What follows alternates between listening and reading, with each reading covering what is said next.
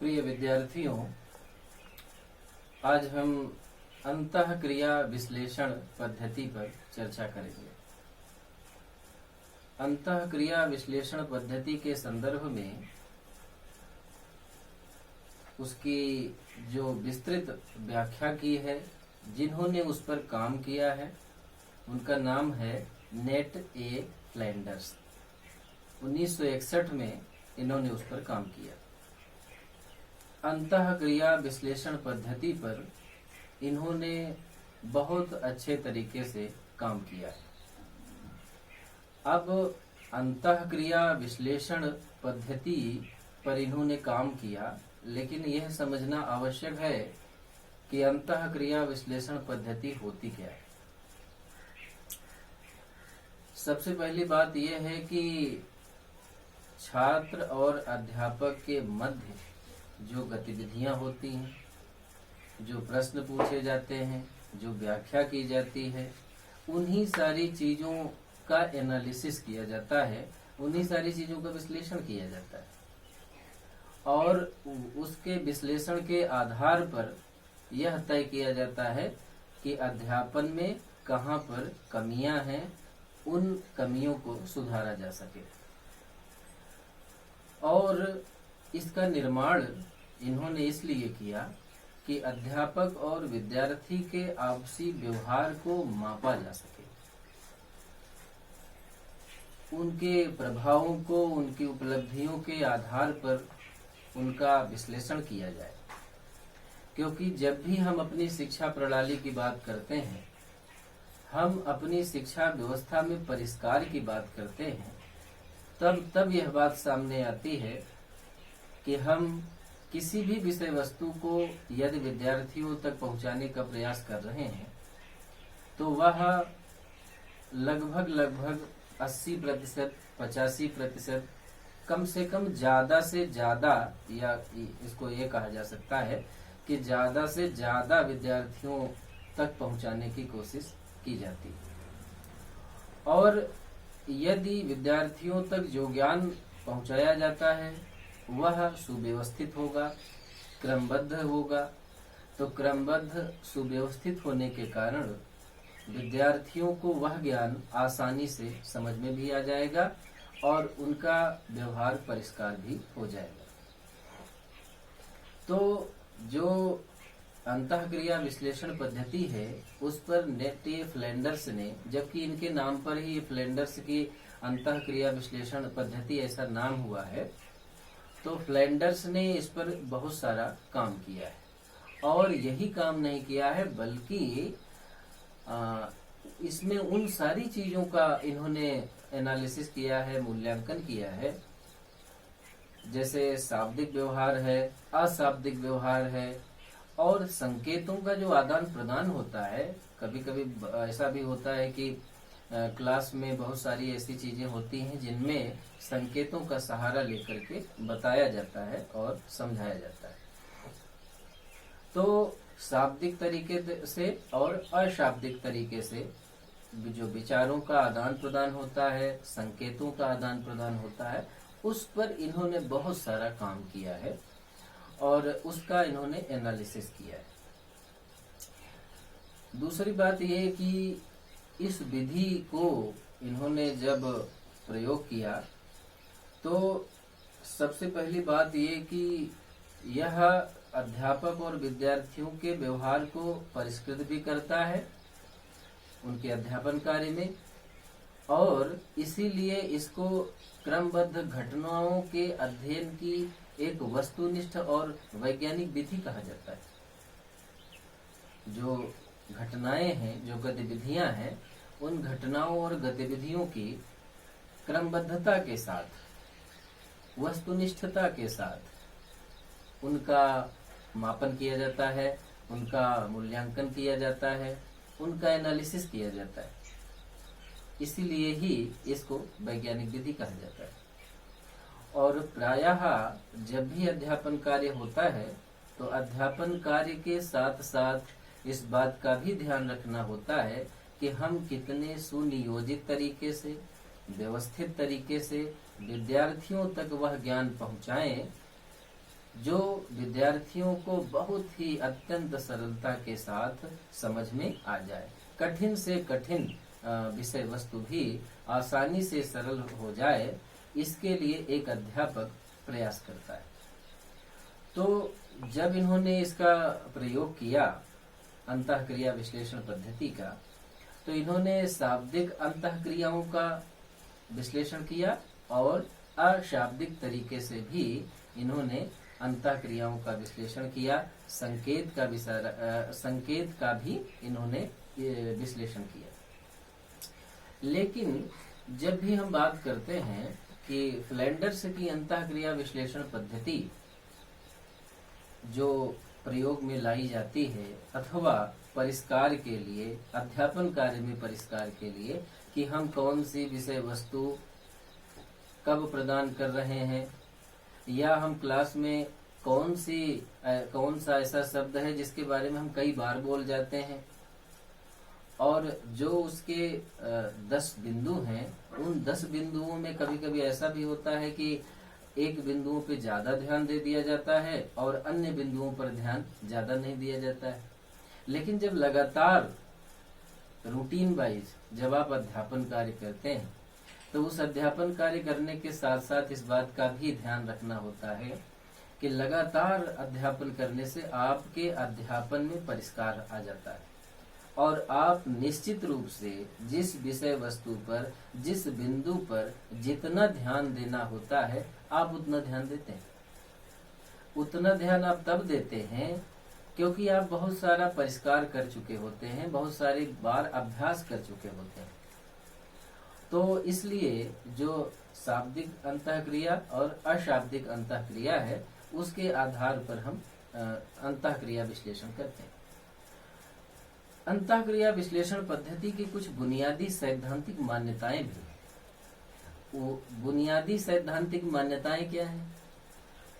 कहने का तात्पर्य है कि जब भी हम अंतःक्रिया विश्लेषण पद्धति की बात करते हैं, तो उसमें कुछ ऐसी महत्वपूर्ण सैद्धांतिक मान्यताएं सामने आती। उन सैद्धांतिक मान्यताओं को हम ध्यान में रख करके अंतःक्रिया विश्लेषण पद्धति करते हैं। जैसे शाब्दिक कथन द्वारा विचारों की अभिव्यक्ति। जब हम विद्यार्थियों के सामने क्लास में, कक्षा में किसी भी विषय वस्तु पर बात करते हैं, तो हमारा जो माध्यम होता है वह शाब्दिक होता है। शाब्दिक की किसी एक भाषा को माध्यम मान करके हम अध्यापन कार्य करते हैं। तो शाब्दिक कथनों द्वारा विचारों की अभिव्यक्ति की जाती है। उसके बाद यह देखा जाता है कि अध्यापक और विद्यार्थी में कितना अच्छा संबंध है। इस बात को भी ध्यान रखना होता है कि अध्यापक और विद्यार्थी के संबंध का भी ध्यान रखा जाता है। उसके बाद जब क्लास में आप अध्यापन कार्य कर रहे होते हैं, तो अध्यापक का विद्यार्थियों पर क्या प्रभाव पड़ता है, अध्यापक का विद्यार्थियों पर क्या प्रभाव पड़ता है। और स्वाभाविक सी बात है कि जब अध्यापन कार्य एक अध्यापक करता है, तो उस समय एक विद्यार्थी का जो रोल मॉडल होता है वह अध्यापक होता है, और प्रायः विद्यार्थी अध्यापक का ही अनुसरण करते हैं। यदि वह उसका अनुसरण, उसका आदर्श, उसका स्वभाव, उसकी प्रकृति उत्तम है, अच्छा अध्यापन कार्य करता है, मोटिवेटेड अध्यापक है, तो विद्यार्थियों का सबसे ज्यादा रुझान, विद्यार्थियों का सबसे ज्यादा ध्यान अध्यापक की ओर होता है। और इस बात का भी ध्यान रखना होता है कि अध्यापक का विद्यार्थियों पर प्रभाव पड़ता है। और फिर हम इसमें इस बात का ध्यान रखते हैं कि निरीक्षण की तकनीक जो होती है उसका हम प्रयोग करते हैं। हम किसी चीज को ऑब्जर्व कर रहे होते हैं, तो ऑब्जर्व करने में हम कौन सी तकनीक का उपयोग कर रहे हैं, कौन सी ऐसी पद्धति, कौन सी ऐसी टेक्निक का प्रयोग कर रहे हैं जिससे हमारा शिक्षण बड़ा प्रभावी होता है। और इसमें पृष्ठपोषण की भूमिका भी होती है। जब आप अध्यापन कार्य कर रहे होते हैं, तो विद्यार्थियों द्वारा फीडबैक मिलता है, या आपको स्वतः अनुभूति होती है जब आप अध्यापन कर रहे होते हैं, उस समय आपको यह पता चलता है कि हम कहाँ पर त्रुटियां कर रहे हैं। आप स्व मूल्यांकन करते हैं, आत्म मूल्यांकन करते हैं, उसके आधार पे आपको खुद पता चल जाता है कि हमारा अध्यापन आज अच्छा था या नहीं था। यदि अच्छा नहीं है आपको लगता है तो आप उसमें कुछ परिष्कार कर लेते हैं, कुछ नई नई बातें आप उसमें और जोड़ने की कोशिश करते हैं। तो कहने का तात्पर्य यह है कि इसमें फीडबैक की भी भूमिका होती है। ये कुछ महत्वपूर्ण सैद्धांतिक तथ्य थे, सैद्धांतिक मान्यताएं थी जिन पर ध्यान देना होता है। इसके साथ साथ फ्लैंडर्स की जो अंतःक्रिया विश्लेषण पद्धति है उसमें मुख्य रूप से 3 ऐसी विषय वस्तु है, 3 ऐसे बिंदु हैं जिनका हम एनालिसिस करते हैं, जिनका हम विश्लेषण करते हैं। वे 3 बिंदु कौन से हैं जिसके आधार पे हम विश्लेषण करते हैं? उसमें सबसे पहला है अध्यापक वार्ता, पहला, और दूसरा है विद्यार्थी वार्ता, छात्र वार्ता, और तीसरा है मौन या संभ्रम की स्थिति। तो इन 3 चीजों को ध्यान में रख करके फ्लैंडर्स ने अंतःक्रिया विश्लेषण पद्धति को प्रयोग में लाया। तो जो अध्यापक वार्ता है, उस अध्यापक वार्ता के अंतर्गत 7 महत्वपूर्ण ऐसी बातें हैं जिन पर जिसका आकलन किया जाता है, जिसके आधार पर इसका आकलन किया जाता है। तो अध्यापक वार्ता में 7 ऐसे बिंदु हैं और छात्र वार्ता में 2 ऐसे बिंदु, छात्र वार्ता में 2 ऐसे बिंदु हैं और लास्ट अंतिम जो बिंदु है वह मौन का होता है। तो अध्यापक वार्ता कहने का तात्पर्य है कि जब एक अध्यापक कक्षा में जाता है और जाने के बाद वह अंतःक्रिया विश्लेषण पद्धति के अनुसार अध्यापन कार्य करता है, तो उसमें क्या करता है, वह उसके 7 बिंदु हैं, उन्हीं को ध्यान में रख करके वह अध्यापन कार्य करता है, ऐसा फ्लैंडर्स ने कहा है। और फ्लैंडर्स के अंतःक्रिया विश्लेषण पद्धति के अनुसार यदि आप काम करते हैं, यदि आप शिक्षण करते हैं, तो आपका शिक्षण प्रभावी होता है। जैसे जब अध्यापक क्लास में होता है और इस विश्लेषण पद्धति के आधार पर पढ़ाने की कोशिश करता है, तो उसमें सबसे पहली बात ये आती है भावनाओं को स्वीकार करना, भावनाओं की स्वीकृति, पहला। दूसरा है प्रशंसा या प्रोत्साहन। तीसरा है विचार ग्रहण करना एवं उनका प्रयोग करना। और फिर चौथा पॉइंट है प्रश्न पूछना। 5वां है व्याख्यान देना। 6ठा है निर्देशन देना, निर्देश देना। और 7वां है आलोचना करना। ये 7 पॉइंट ऐसे हैं जो अध्यापक वार्ता के अंतर्गत आते हैं। अब लेकिन यहाँ इस बात का ध्यान रखना होता है कि जब आप इन सारी चीजों का ऑब्जर्वेशन करते हैं तो आप बाद में टैली बनाते हैं, एक सारणी बनाते हैं, उसके आधार पर टैली के आधार पे आप विश्लेषण करते हैं। लेकिन इसमें यहाँ इस बात का ध्यान रखना होता है कि जो नंबरिंग है, जो संख्या क्रम है, उसका ध्यान रखना होता है। जैसे अब पहले हम इसको एक बार समझ लेते हैं कि ये सारी चीजें हैं क्या, उसके बाद हम और आगे आपको बताने की कोशिश करें। जैसे सबसे पहला है भावनाओं को स्वीकार करना। भावनाओं को स्वीकार करना का मतलब यह है कि एक अध्यापक विद्यार्थी की भावनाओं को स्वीकार करे।